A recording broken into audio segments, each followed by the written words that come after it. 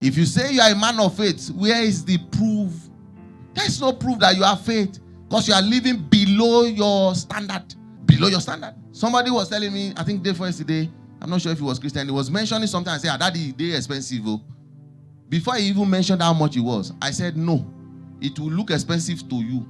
It's not expensive to me. And as I said it, how much did he say? He said it's 12,500.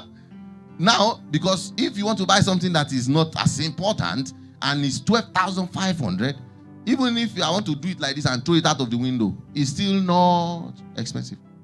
Why is that so? I am implementing my own faith. Rich men that we call of the devil that is in the world, they are better than us far. When it comes to money, I'm not saying spirituality. Why? A rich man will finish the money in his account, go to the bank and use his house to borrow. Brethren, borrow from all his friends to put in a single business. Waiting with they call faith. What do we call faith? That you will borrow all the money from friends, that you know that if you can't pay back, you don't have any friend again. And then you use your house to borrow money from a bank. Sometimes they use the same house to borrow money in two different banks. If Otedola said he was owing at some point 200 and something billion naira, 25 billion from Intercontinental, 28 billion from Access, 20. Even in my mind, I say, no wonder my own parents not to get. My father will say, no. You cannot live. We'll be suffering like this. They will say, no. Business is going like this. No. Now we tell you reach where we reach today. And guess what? All of us are on this table. Because they taught us how to doubt everything. My father will give you money for school fees. Those days in the university. The remaining things he will tell you till you leave the house. If you like, maybe now my only father they do that. If you like, misplace that money, you now come back and till I leave. That's the only thing he will continue to repeat to you. That's negative.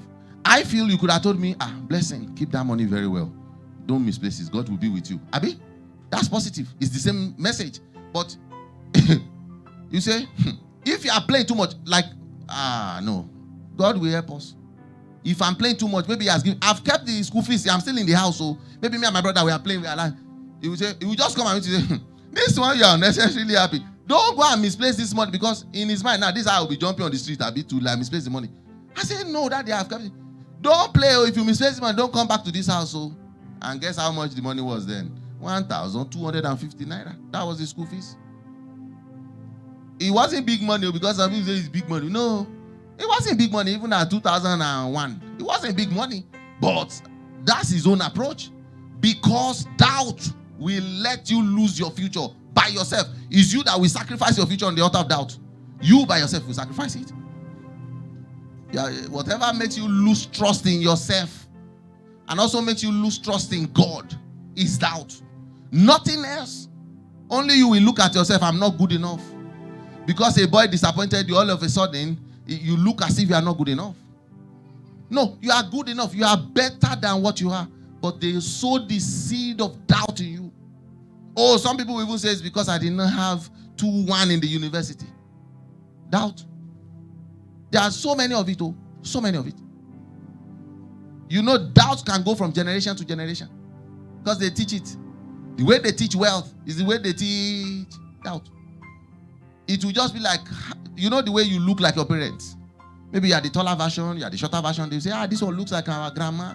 This one looks like our auntie in Kaduna. You know, we look like, that's how they teach us doubt.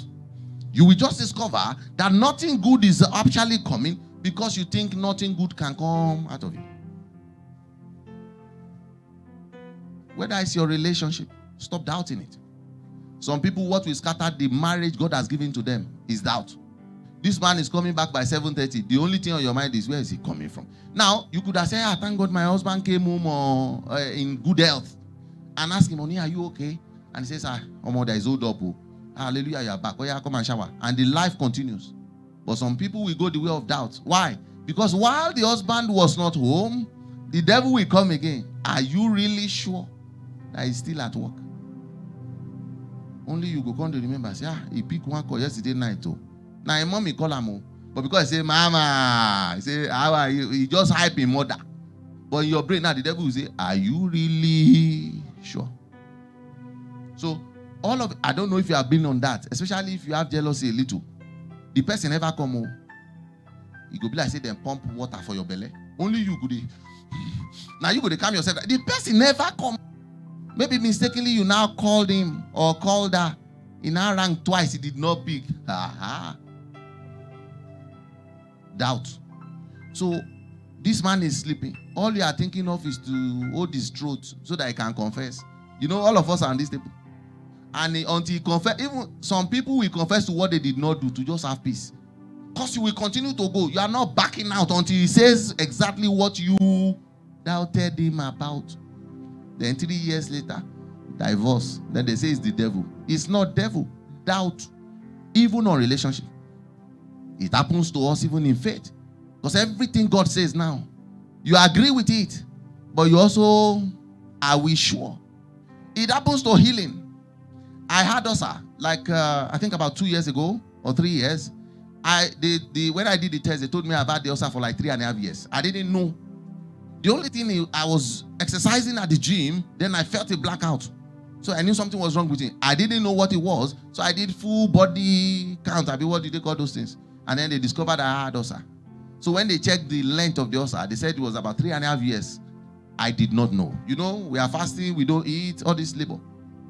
Immediately that happened. Guess what I said? I agree I have ulcer. I said, give me the drug. They say, ulcer, no, they go. Abi? Say, no matter, you go to manage them. I say, I don't hear. Shall give me the drug of the ulcer. Me, my own faith is once I use this drug, I'll be okay. I think about 3 or 4 days ago, my PA was asking me, say, Pastor B, it's like you don't have ulcer again. Why? Because we will fast. Even after fasting, I no go job, I will continue. I said, I told you, even if I feel ulcer, I will not give value to it. You know, I was teaching my small boy today. He had like a toothache. So he was like, I said, no, close your mouth and do normal.